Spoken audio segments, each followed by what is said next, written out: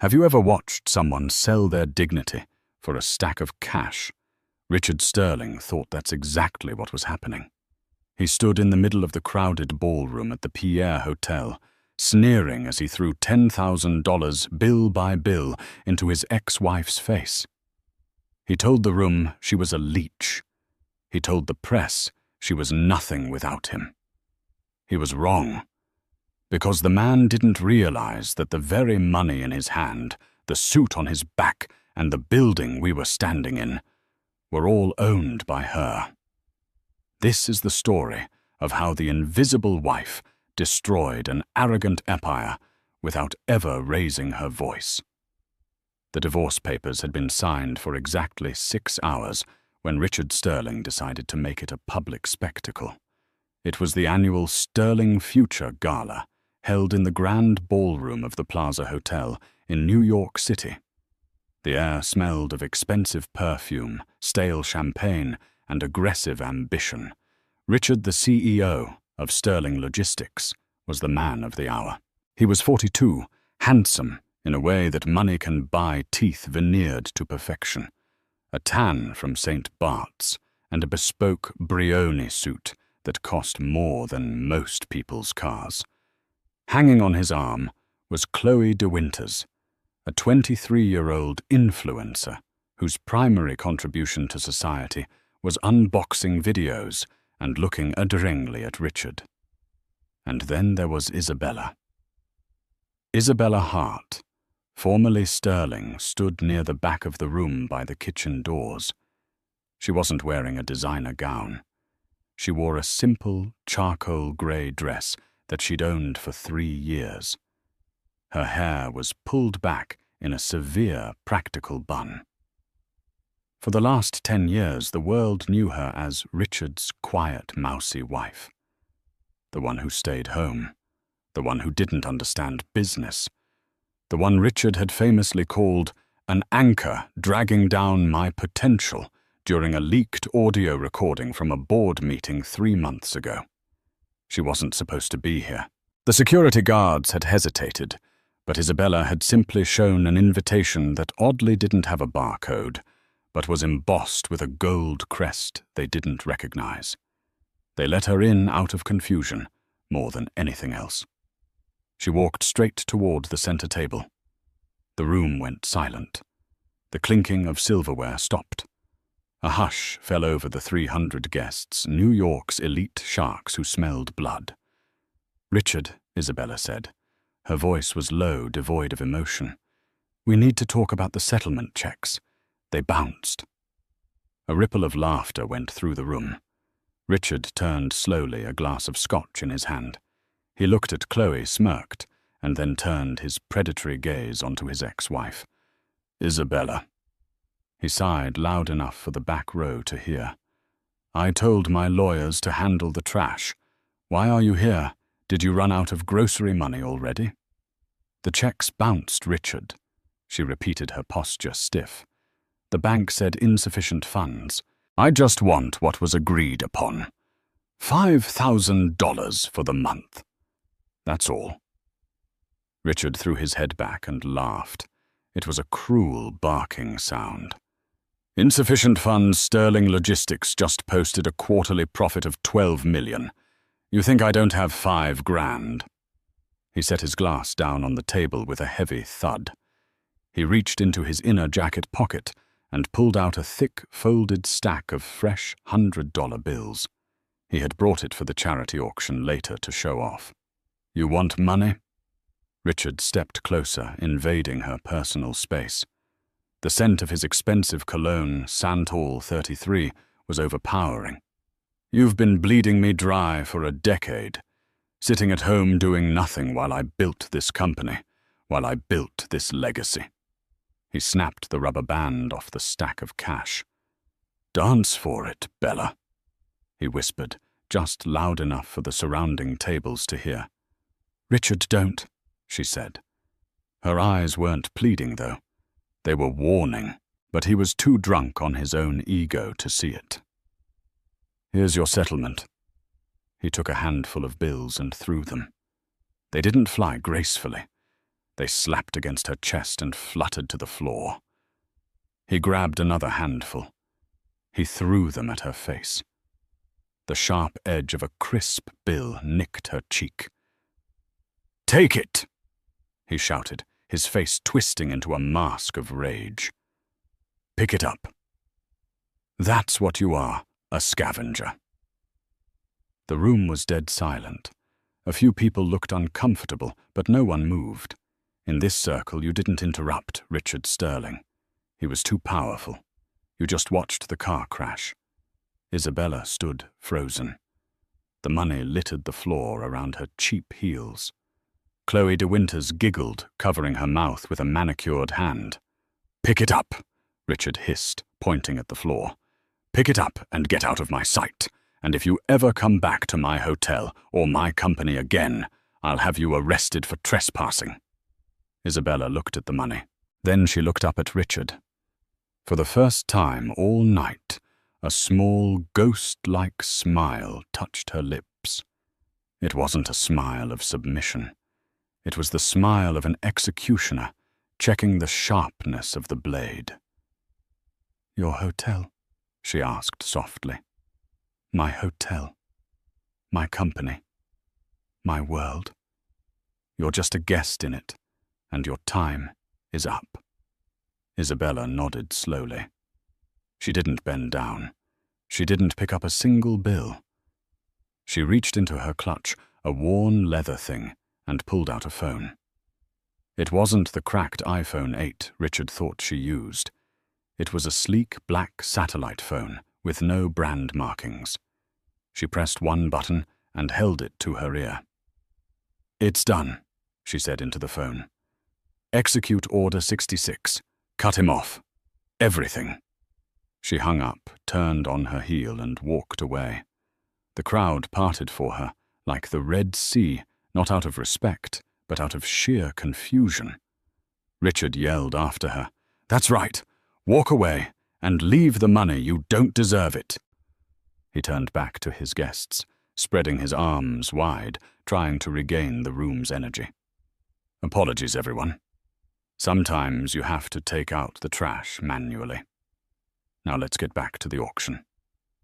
He didn't notice that his phone sitting on the table had started to buzz. Then Chloe's phone buzzed. Then the CFO's phone at table 4 buzzed. The massacre had begun. Isabella walked out of the Plaza Hotel and into the biting November wind of Central Park South. The doorman, a kind man named Henry, whom she had known for years, looked at her with pity. "Taxi Mrs. Sterling?" he asked gently. "It's Miss Hart, Henry, and no thank you." As she descended the final step, a car pulled up to the curb. It wasn't a yellow cab. It wasn't an Uber. It was a phantom black Rolls-Royce Phantom 8, with tinted windows so dark they looked like voids. The license plate was simple IH1. Henry the doorman dropped his clipboard. The rear door opened not by a driver, but automatically. Isabella slid inside. The interior was a sanctuary of white leather and silence. Sitting on the opposite seat, typing furiously on a tablet, was a man who looked like he had been carved out of granite and dressed by Savile Row. This was Nathaniel Pierce. To the public, he was a ghost, a high-end fixer and attorney whose name appeared only in the most confidential of files. To Isabella, he was her right hand. "Did he take the bait?" Nathaniel asked without looking up. "Hook, line, and sinker," Isabella said, her voice changing completely. Gone was the timid, broken housewife. In her place was a woman who spoke with the cold precision of a military general. She kicked off her cheap heels, revealing a perfect pedicure, and opened a hidden compartment to retrieve a pair of Christian Louboutins. "He threw money at me, Nathaniel. Literally." "Classy," Nathaniel murmured. "I assume you want to proceed with the scorched earth protocol." "He said the checks bounced," Isabella said, pouring herself a glass of sparkling water from the car's console. He lied to the room. He thinks he's posting a $12 million profit. Nathaniel finally looked up, a cruel glint in his eyes. He was posting a profit until 30 seconds ago. I've triggered the clauses. Isabella took a sip of water. Show me. Nathaniel tapped the tablet and swiveled it around. It displayed a complex web of financial holdings, shell companies and offshore trusts. Richard thinks he owns Sterling Logistics, Nathaniel explained, walking through the data. He thinks he founded it with that loan from his father. He forgets that his father's loan was secured by a guarantor hidden behind 3 layers of blind trusts. The Aurora Trust, Isabella said. Correct. And the Aurora Trust is wholly owned by Hart International, you. Nathaniel tapped the screen. Technically, you have held the controlling debt interest in his company for 9 years. You let him play CEO because it kept him busy and out of your hair while you built the real empire. Isabella looked out the window as the Rolls-Royce glided through the Manhattan traffic. I loved him once, you know. That's why I did it. I wanted him to feel like a man. I wanted him to succeed. I funneled my own inheritance, the money my grandmother left me from the oil fields in Texas, into his failing logistics company. I cooked the books legally, so he'd never know he was bankrupt 3 times over. And his repayment was adultery and humiliation, Nathaniel noted dryly. Chloe, Isabella said, saying the name like it was a disease. He bought her a condo in Soho last week, using the corporate card. My corporate card, effectively. So what's the first move? Isabella looked at the tablet. He mentioned the hotel. He told me if I came back to his hotel, he'd arrest me. The Plaza event is rented, but he's staying in the penthouse suite for the week, Nathaniel confirmed. He put it on the company tab. Who insures the company's liabilities? Isabella asked. Vanguard Indemnity, which is a subsidiary of, well, you. Pull the insurance, Isabella commanded. Right now.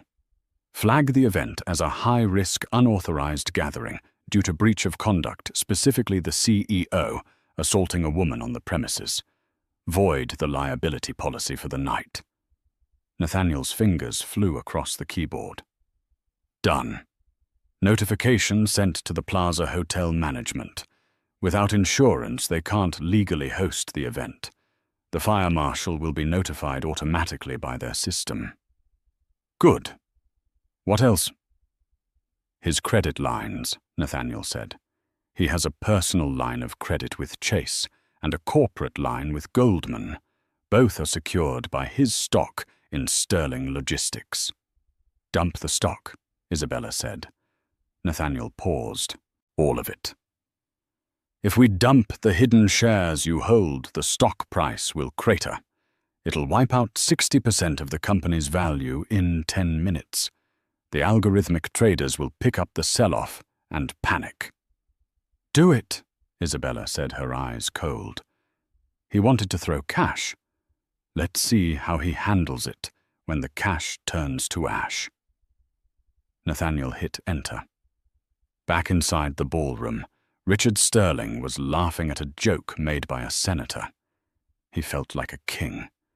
He reached for his phone to check the time.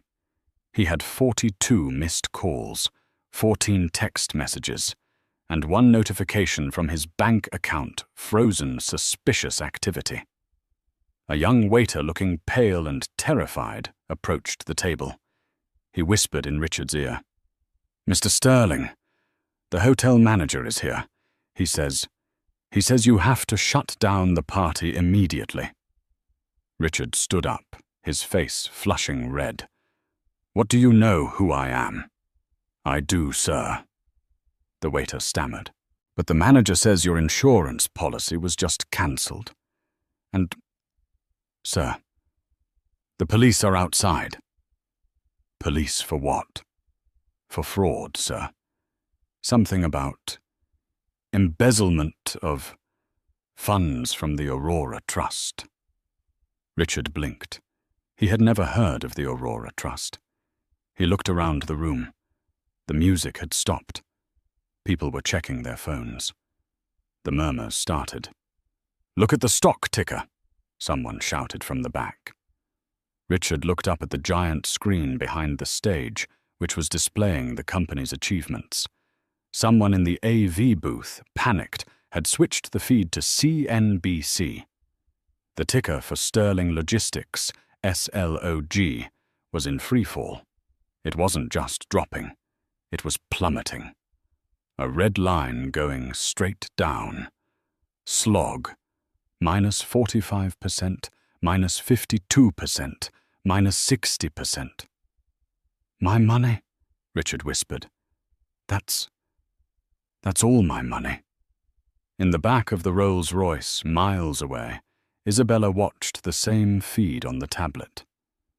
"We're just getting started," she whispered. "Nathaniel, take us to the airfield. The jet is fueled. The Gulf Stream is ready. Ms. Hart, to London." "To London?"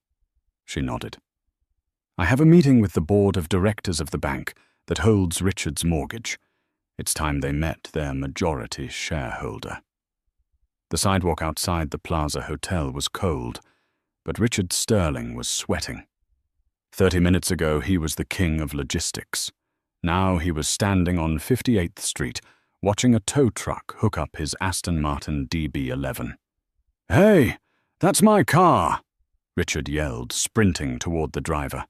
"Put it down! I'll sue you into oblivion!" The driver, a burly man who looked like he'd heard that threat 1,000 times, didn't even look up. "Repo order just came in, pal. Bank says the lease is in default." "Default? I paid the lease up front for the year." "Take it up with the bank. I just drive the truck."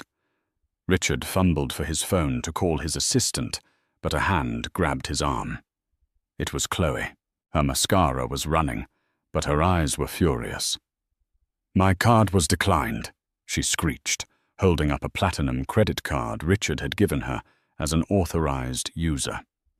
"I tried to buy a flight to Miami to get away from this mess, and the lady at the counter cut it up. She cut it up in front of everyone." "Richard, Chloe, calm down, it's a glitch," Richard snapped, shaking her off. "The bank's system is down. It's a hack. I need to get to the office." "A hack?" Chloe scoffed. She pulled out her own phone. "Look at Twitter. Richard #Sterling bankrupt is trending. They're saying you were running a Ponzi scheme. They're saying you're broke." She looked at him with sudden, sharp clarity. The adoration was gone. She looked at his disheveled suit, the panic in his eyes. "I'm going to stay with my sister," she said coldly. "Chloe, wait. Don't call me until you fix this." She hailed a cab, an UberX Richard noted with disgust, and left him standing on the curb. Richard ran 5 blocks to the Sterling Logistics headquarters on 6th Avenue. He burst into the lobby expecting security to salute him.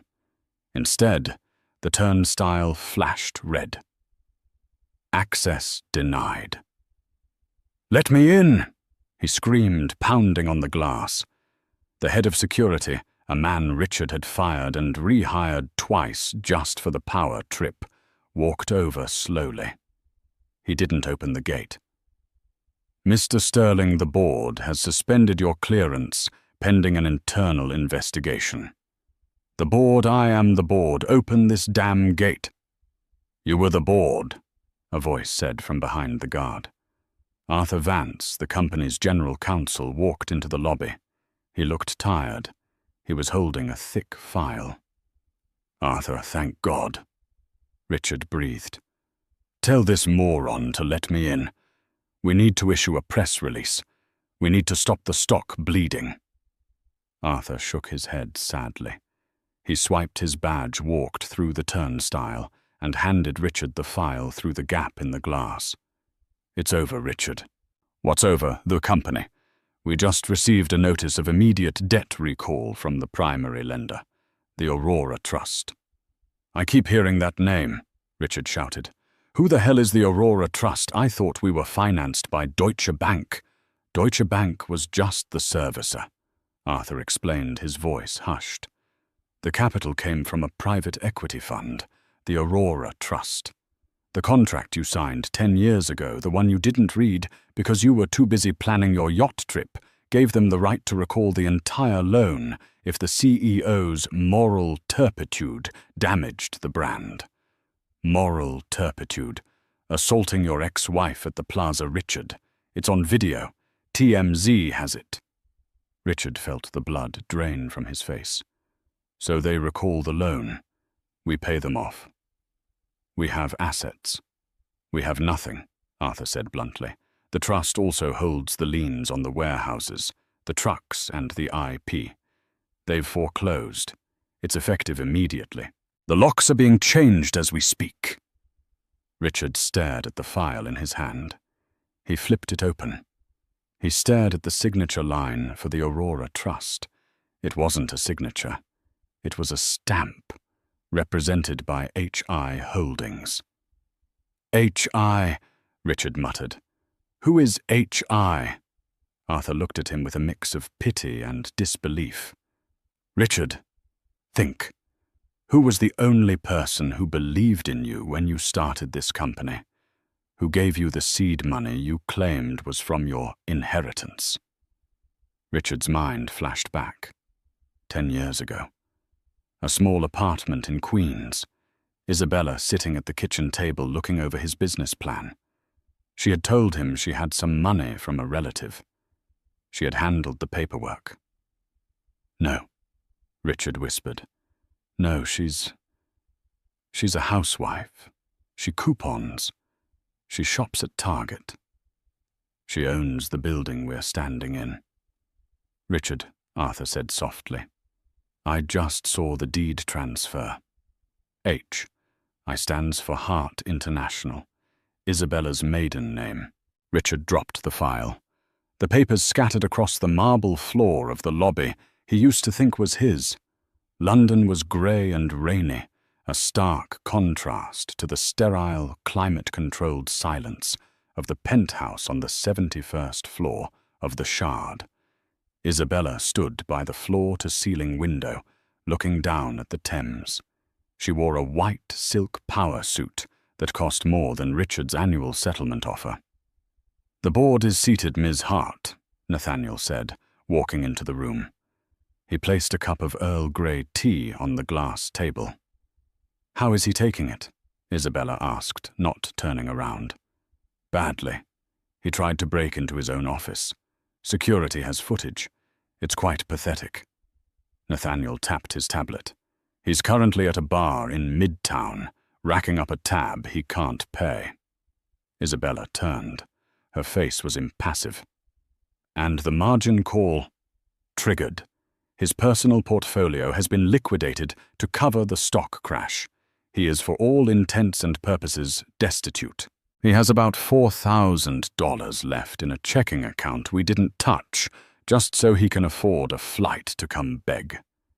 He won't beg yet, Isabella said. He's too arrogant. He'll get angry first.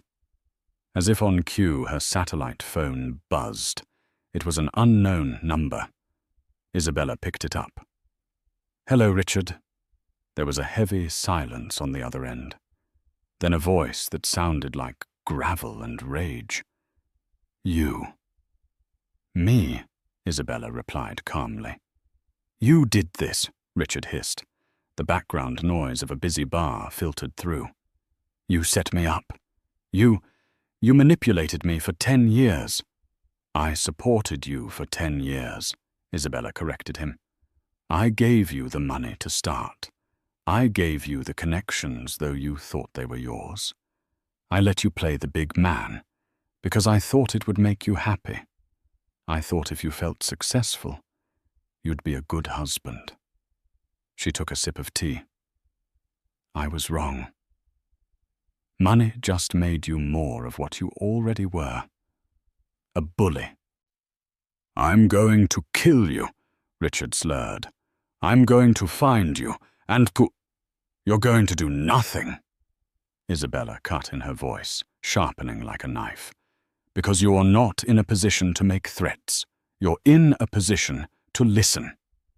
I want my company back. It was never your company. It was an investment, and I've decided to restructure my portfolio. Restructure. Richard laughed a manic sound.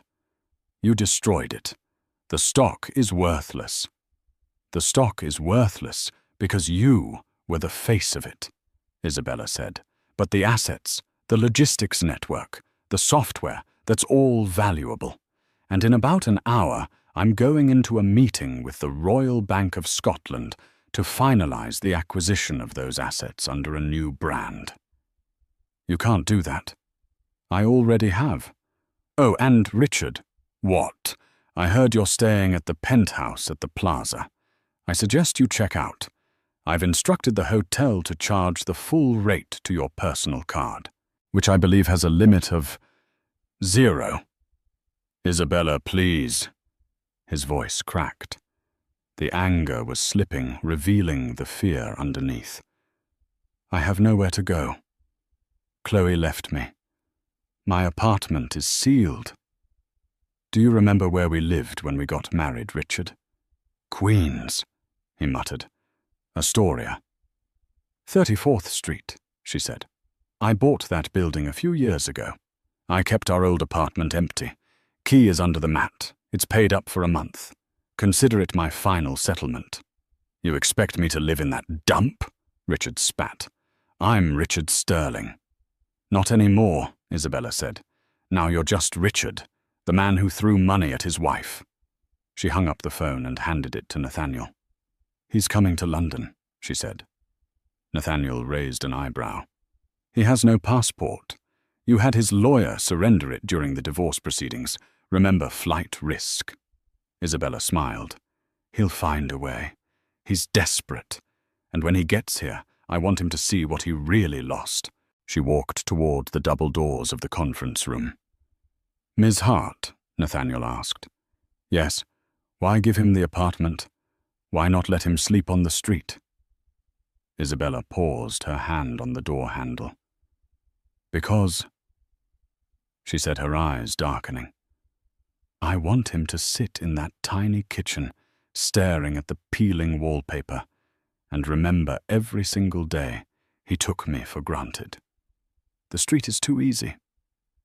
Memories. Memories are the real torture. She pushed the doors open. 12 men in suits stood up immediately. Gentlemen, Isabella said, taking her seat at the head of the table. Let's discuss the future of global logistics. Richard Sterling did not go to Queens. The very idea of the F train was an insult to his DNA. Instead, he went to the one place he thought he still had power, the Metropolitan Club on Fifth Avenue. He had been a member for 15 years. He had paid for the renovation of the cigar lounge, but as he pushed through the revolving doors, wet from the rain, and smelling faintly of panic, the concierge didn't smile. Mr. Sterling, the man said, stepping out from behind the marble desk. I'm afraid your membership has been revoked. Revoked? Richard wiped water from his forehead. By who the board doesn't meet until Tuesday. By the owner of the building, sir. A clause regarding reputational risk. You're asked to leave. Richard stumbled back out onto the street. He checked his pockets. He had his phone battery at 12% a pack of gum and the Patek Philippe Grandmaster chime on his wrist. It was worth $2 million. He looked at the watch. It was his ticket out. He found a high-end pawn shop in the Diamond District, a place that didn't ask questions. The broker, a man with thick glasses named Solomon, looked at the watch, then at Richard. It's real, Richard snapped. Give me 100 grand. Cash. Solomon sighed. Mr. Sterling, I know it's real. I also know that this watch was listed as collateral in the Sterling Logistics bankruptcy filing an hour ago. If I buy this, I'm receiving stolen goods. Richard felt the walls closing in. "I need to get to London," he whispered. "I need a flight." Solomon looked at him with pity. "I can't give you cash, but my cousin runs a freight charter out of Teterboro, not a passenger jet. Cargo. He's flying auto parts to Heathrow tonight. He might take a passenger if you give him the watch." "You want me to trade a $2 million watch for a ride in a cargo plane? It's that or the subway, Mr. Sterling." 6 hours later, Richard Sterling, the man who used to complain if his champagne wasn't chilled to exactly 48 degrees, was sitting on a crate strapped to the floor of a freezing cold Boeing 747 freighter. The noise was deafening. There was no heating in the cargo hold. He huddled in his ruined Brioni suit, shivering violently. He spent the 7-hour flight staring at a pallet of brake pads, his mind looping through a reel of rage. She planned this, he thought. Every dinner, every smile, every time she asked about my day. She was taking notes. She was waiting. He didn't feel remorse. He felt a burning, obsessive need to win. He convinced himself that if he could just get to London, if he could just walk into that boardroom, he could charm them. He could explain that his wife was hysterical, a scorned woman. The banks would listen to him. He was the visionary. The plane landed at Heathrow in the grey, pre-dawn light. Richard was smuggled out of a maintenance hangarette, stiff and frostbitten.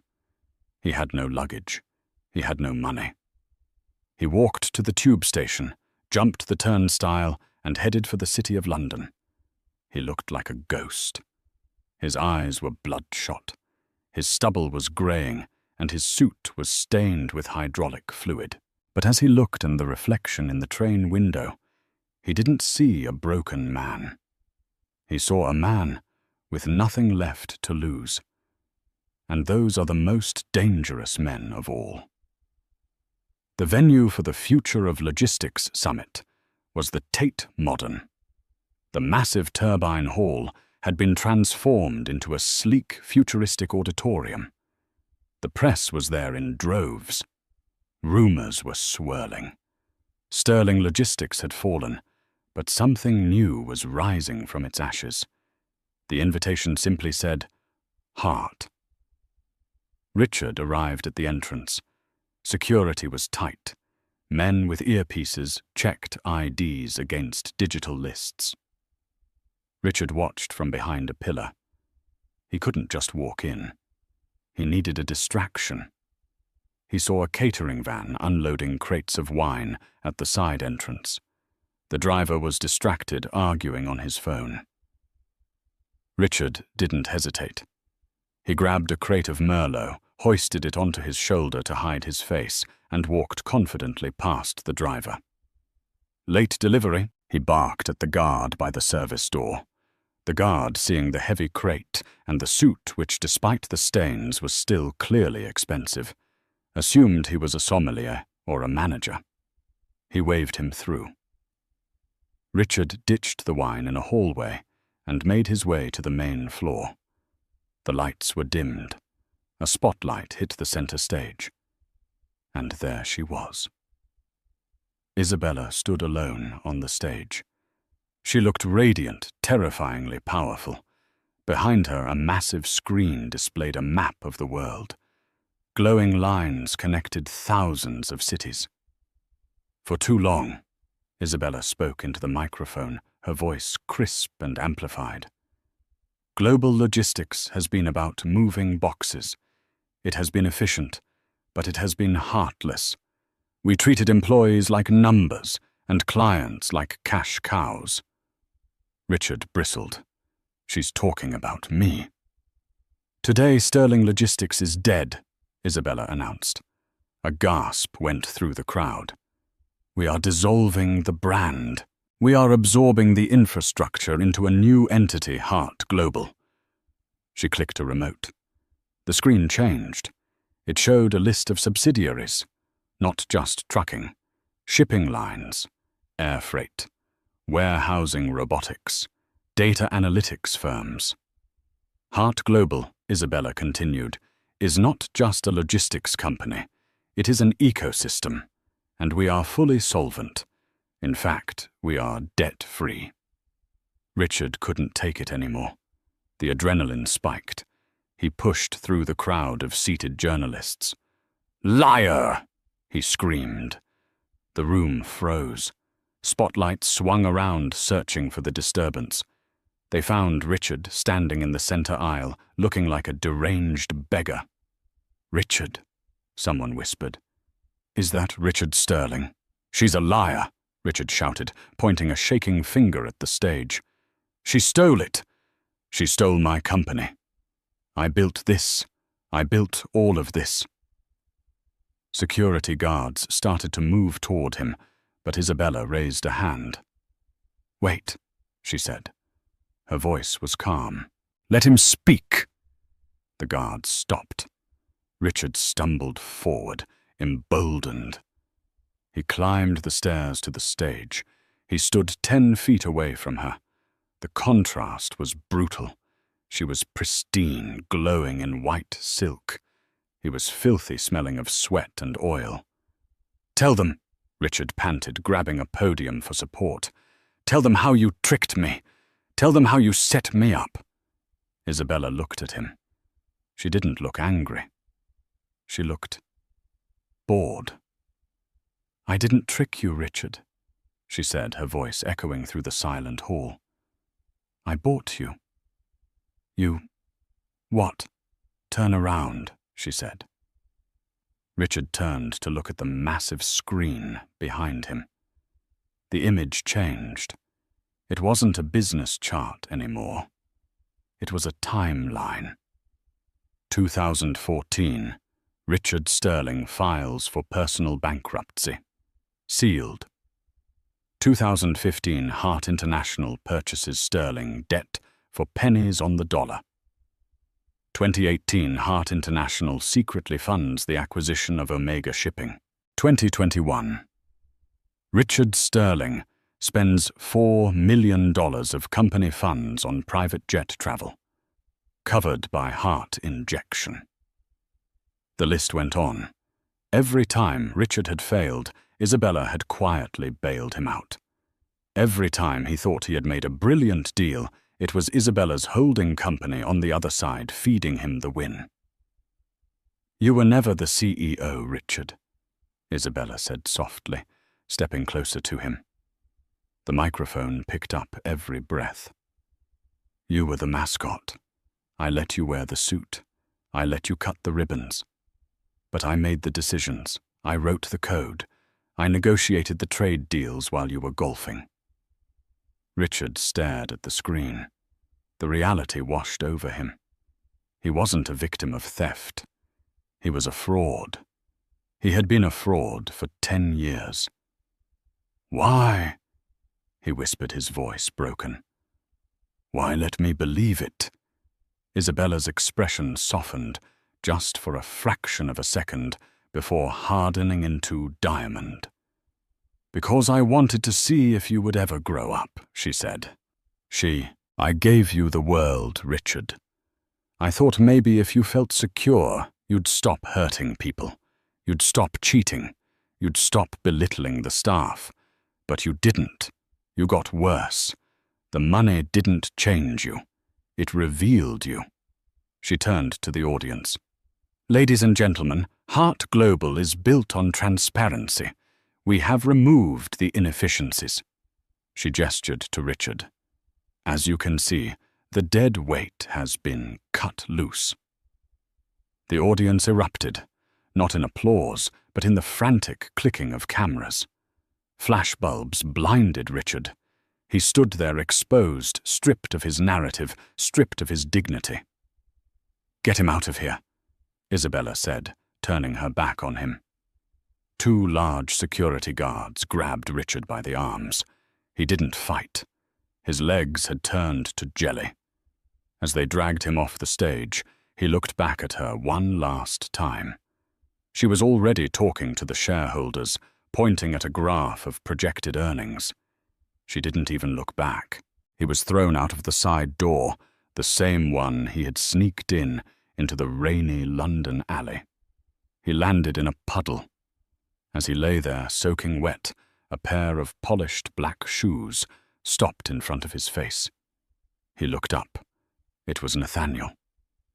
"Ms. Hart has one final message for you," Nathaniel said, opening a black umbrella.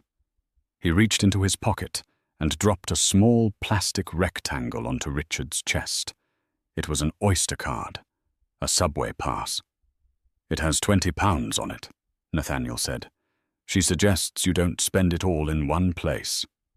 Nathaniel turned and walked away, leaving Richard alone in the rain, clutching the subway pass like it was the last lifeline on earth. But the story wasn't over. Because as Richard sat in the mud, a black sedan pulled up to the alley entrance.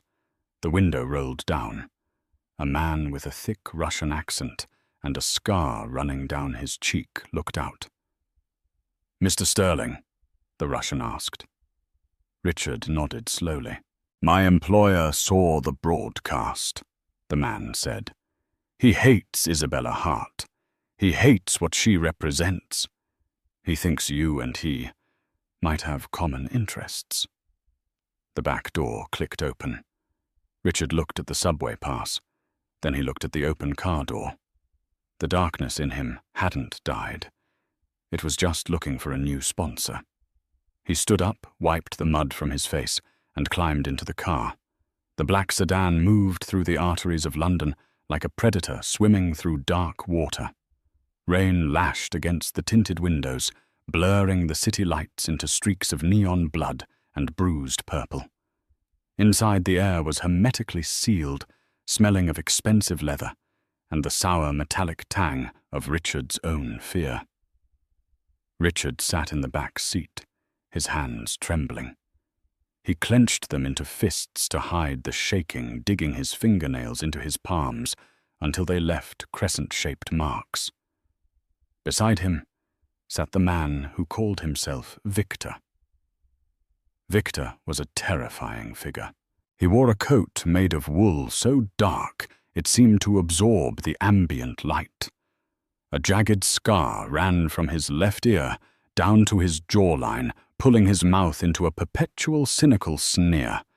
He hadn't spoken since they picked Richard up from the alley behind the Tate Modern, but the silence wasn't empty.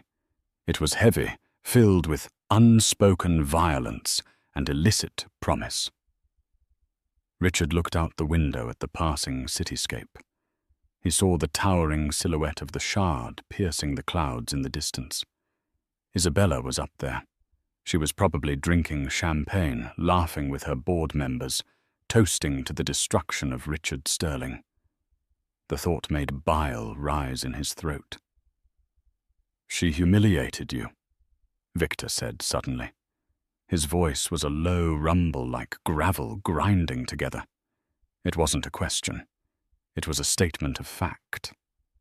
Richard turned his eyes bloodshot and wild. "She stole my life. She stood on that stage and told the world I was a fraud." "And are you?" Victor asked, turning his head slowly.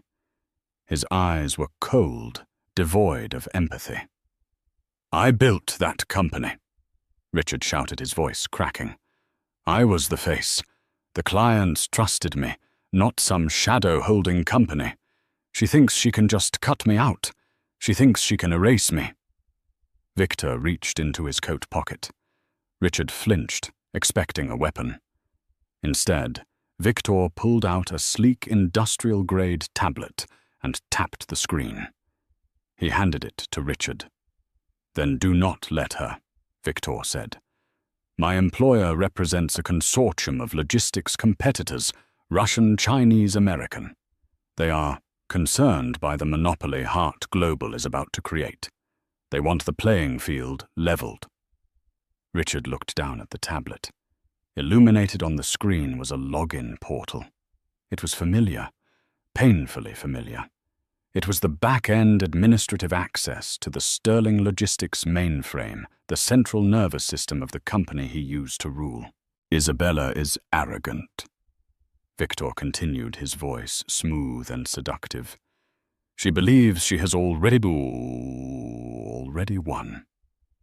Tonight, she is migrating the master database from the old Sterling servers to her new Heart global cloud. For the next hour, the firewall is in a state of flux. It is vulnerable. Vulnerable how? Richard breathed, his heart beginning to hammer against his ribs. It will accept a legacy override, Victor explained. If an administrator with level 5 clearance were to log in and issue a system purge command, the migration would fail. The data on the old servers would be wiped before it reaches the new ones. Client lists, shipping routes, financial records, tracking algorithms gone. Irrecoverable. Richard stared at the glowing blue screen. It would cause billions in damage. It would cripple her before she even starts. It would kill the giant, Victor corrected him. And you would be the giant slayer. And for me? Richard asked, looking up. What do I get out of this besides revenge? £5 million, Victor said calmly, deposited into a crypto wallet of your choice. And a new identity. Passport visa, a new history. You can disappear to Dubai, to Singapore, to Rio. You can start again. You can be a king again. Richard looked back at the shard. The rain was falling harder now, drumming a rhythm of war on the roof of the car. He thought about the £20 Oyster card in his pocket. He thought about the cold cargo plane. He thought about the laughter of the audience at the Tate Modern. He didn't see the moral precipice he was standing on. He only saw a ladder. Take me to the terminal, Richard said. The car pulled into a desolate industrial park on the outskirts of East London. The buildings here were skeletal, rusted husks of the city's manufacturing past. Victor led Richard into a nondescript warehouse that looked abandoned from the outside. Inside, however, it was a fortress of technology. Banks of servers hummed in the darkness, their LED status lights blinking like hundreds of unblinking eyes. The room was freezing, kept at sub-zero temperatures to cool the massive computing power. This is a ghost node, Victor explained, his footsteps echoing on the concrete floor. We have mirrored the connection. You can execute the command from here, and it will look like a system error from within the shard itself. He pointed to a single console sitting in the center of the room, a solitary chair, and a keyboard illuminated by a harsh halogen lamp. It looked like an executioner's chair. Richard walked toward it. His legs felt heavy, but his mind was racing with adrenaline. He sat down. The chair was cold. He placed his hands on the keyboard. It felt good. It felt right. For the first time in days, he had control. Do it, Victor commanded from the shadows behind him. The migration is at 80%. If you wait too long, the data will be safe.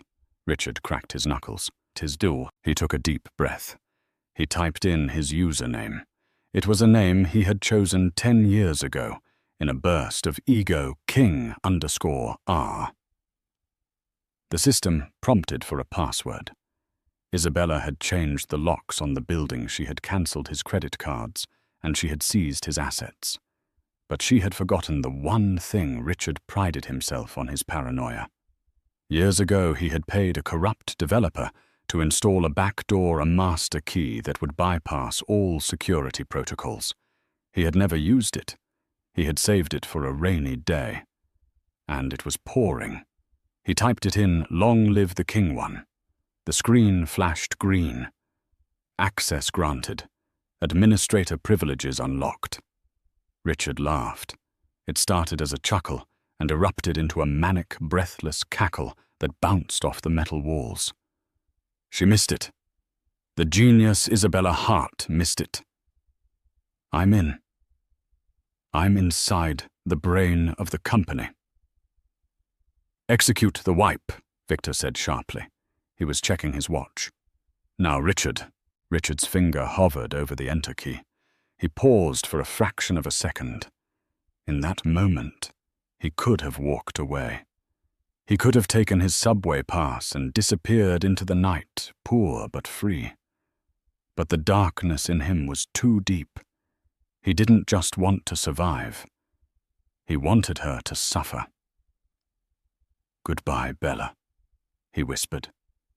He pressed the key with all his strength. The screen didn't go black. It didn't display a deletion confirmed message. Instead, the monitors flickered violently. A high-pitched whine filled the room. Then the screen turned a blinding, brilliant white. A video window popped up, expanding to fill the entire display. It wasn't code. It was a high-definition live stream. Richard squinted against the glare. The image resolved. It was an office, a corner office with floor-to-ceiling windows overlooking the London skyline. Sitting at a glass desk bathed in the warm glow of a desk lamp was Isabella. She wasn't working. She wasn't panicked. She was sitting with her hands folded on the desk, looking directly into the camera lens, looking directly at him. "Hello, Richard," she said. Her voice was crystal clear, amplified by the warehouse speakers. It sounded like the voice of God. Richard froze. His blood ran cold, turning to ice in his veins. He spun around in his chair. "Victor, shoot the screen. It's a trace. She's tracing us." Victor didn't move. He didn't reach for a gun. He stood there, arms crossed, his face impassive. Slowly he reached up to his ear and pulled out a small, transparent earpiece. "His name isn't Victor," Isabella said from the screen, her voice calm and conversational. "His name is Simon. He is the head of penetration testing for Hart Global Security. He's been on my payroll for 6 years. Richard stumbled back, knocking his chair over with a loud clang. He looked at the Russian mobster, then back at the screen. No. This is a setup. I'm in a car. I was with the syndicate. You are in Hart Global's off-site disaster recovery facility in Dagenham, Isabella corrected him. And you have just failed the final test. Isabella leaned forward. Her eyes were hard like flint.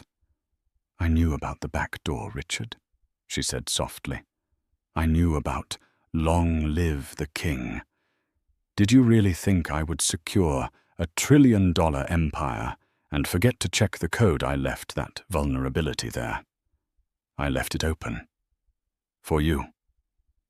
You baited me," Richard gasped. He felt like he couldn't breathe. The walls were closing in.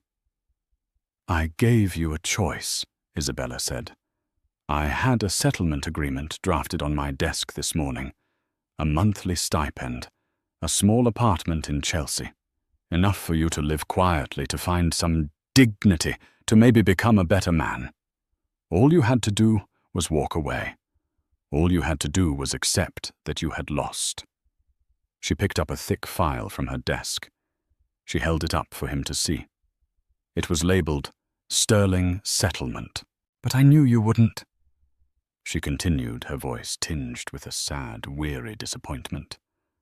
"I knew that if I dangled the chance to destroy me in front of you, you would take it. You wouldn't care about the employees. You wouldn't care about the law.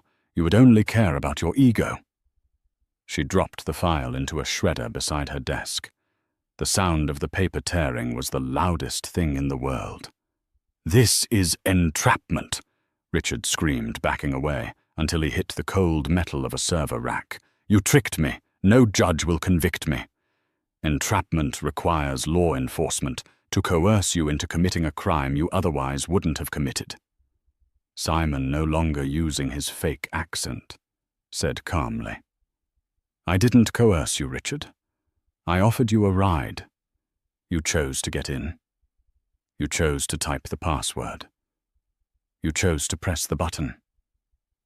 And, Isabella added, you just attempted to execute a massive cyber attack on a global financial entity. You attempted industrial sabotage and corporate espionage. Since the servers you tried to wipe are technically located in our Dublin jurisdiction, this is international wire fraud. Richard looked for an exit.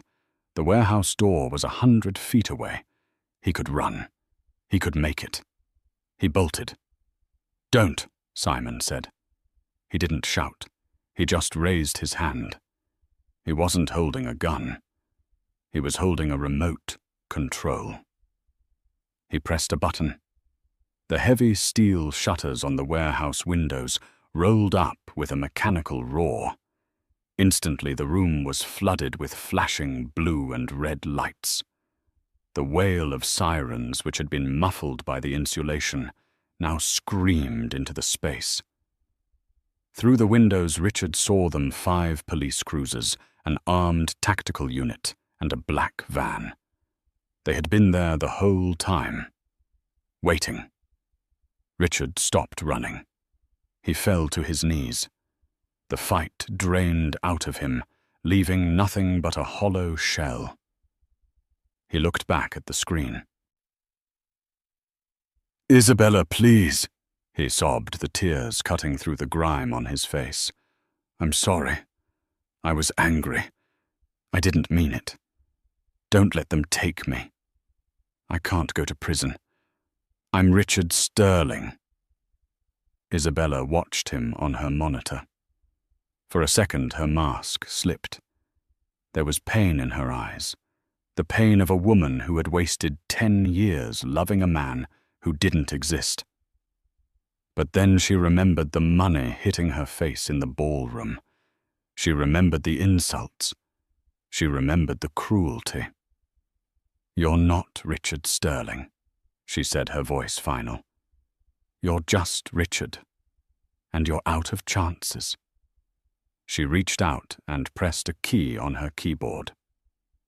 Connection terminated. The screen in the warehouse went black.